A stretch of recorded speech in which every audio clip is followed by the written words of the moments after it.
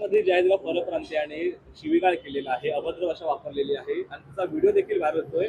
तशा प्रकारचा पोलिसांवर तुम्ही आता देखील आलेला आहात, काय नेमकं वाटतं? मला वाटतं त्याचा महाप्रसादाचा कार्यक्रम हा पोलीस स्टेशनच्या आतमध्ये आता झालेला आहे।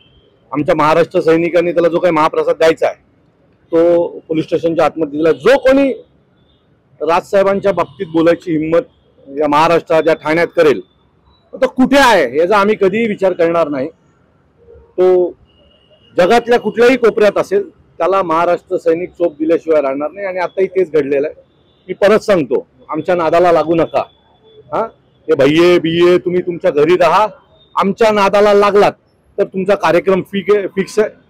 आणि याच्या पुढे उरलेल्या पण भैयांना माझी तंबी आहे की आम्ही तुमच्या नादाला लागलेलो नाहीये, तुम्ही आमच्या नादाला लागून आमच्या नादाला लागलात तर तुम्हाला आम्ही सोडणार नाही, ही आमची तुम्हाला तंबी आहे। तर कुठेतरी तेढ निर्माण करायचा प्रयत्न सुरू आहे का? हे सगळं भारतीय जनता पक्षाकडनं सुरू आहे।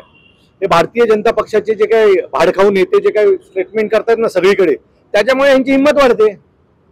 आणि त्यात भारतीय जनता पक्षाला तेच हवं आहे की या महाराष्ट्रात मुंबई ठाण्यासारख्या परिसरात उत्तर भारतीय आणि मराठी असा वाद क्रिएट व्हावा आणि त्यातून उत्तर भारतीय लोकांची सहानुभूती मिळावी आणि मतं जुळीत पडावी, यासाठी जे असे लोक स्टेटमेंट करत असतात। मी परत सांगतो, निवडणुका जवळ, निवडणुका राहिल्या बाजूला, निवडणुका येतात जातात, पण सन्माननीय राजसाहेबांच्या बाबतीत जर चुकीचं वाक्य करायचं जर तुम्ही ठरवलं किंवा बोललात तर तुमचे हातपाय गळ्यात दिल्याशिवाय महाराष्ट्र सैनिक गप्प बसणार नाही। आणि त्याची प्रचिती आता त्याला आलेली आहे वरती आणि भविष्यात ज्या वेळेला त्याची बेल होईल तेव्हा पण येईलच। मनसेचा लोगो पाहिल्यानंतर त्याला हा राग अनावर झाला। कुठेतरी आता तुमच्या चिन्हावरून देखील, भगव्या रंगावरून देखील आक्षेप वाटतो लोकांना। माझं मत आहे की त्याला कशामुळे राग आला मला माहित नाही, पण त्याला त्याच्या आधी काही मराठी मुलांनी, हा विषय असा आहे की तो रात्रीचा विषय होता, तो दारू प्यायला होता, तिथे नाक्यावर काही मराठी मुलं उभी होती आणि त्याने त्याला टोकला तिथे, तर त्याच्यावरनं मराठी बोलण्यावरनं तो वाद सुरू झाला। आणि त्याच्यानंतर त्याच्या समोर आमचा मनसेचा एक बॅनर होता, तो बॅनर बघून तो बडबड करायला लागला। त्याच्यानंतर रात्रीची वेळ होती, ते सगळे 4-5 जण एकत्र होते, तो मुलगा एकटा होता, त्याने तिथे काही रिॲक्ट केलं नाही, पण सकाळी आमच्या सगळ्या टीमला त्यांनी कळवलं। आणि त्याच्यानंतर आता तुम्ही बघाल, आज सकाळपासूनच आमची सगळी पोरं त्याला शोधत होती। आम्ही पोहोचायच्या 2 मिनिटं आधी तिथे पोलीस पोहोचले आणि तो पोलिसांच्या हाताला लागला।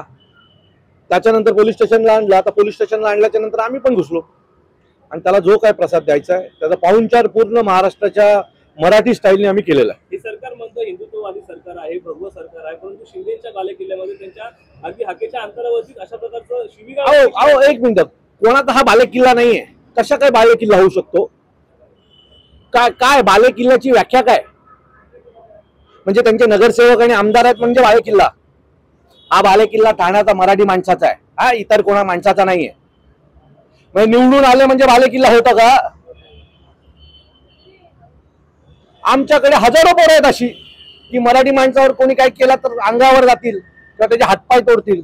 आमचा पण बालेकिल्ला होतो जो मराठी माणसाचं संरक्षण करतोय। त्यामुळे हा बालेकिल्ला वगैरे कोणाचा नाही, हा मराठी माणसाचा बालेकिल्ला आहे आणि आम्ही त्याचे रक्षण करतो। लोकशाही मराठी ऐका, पहा, जागरूक रहा।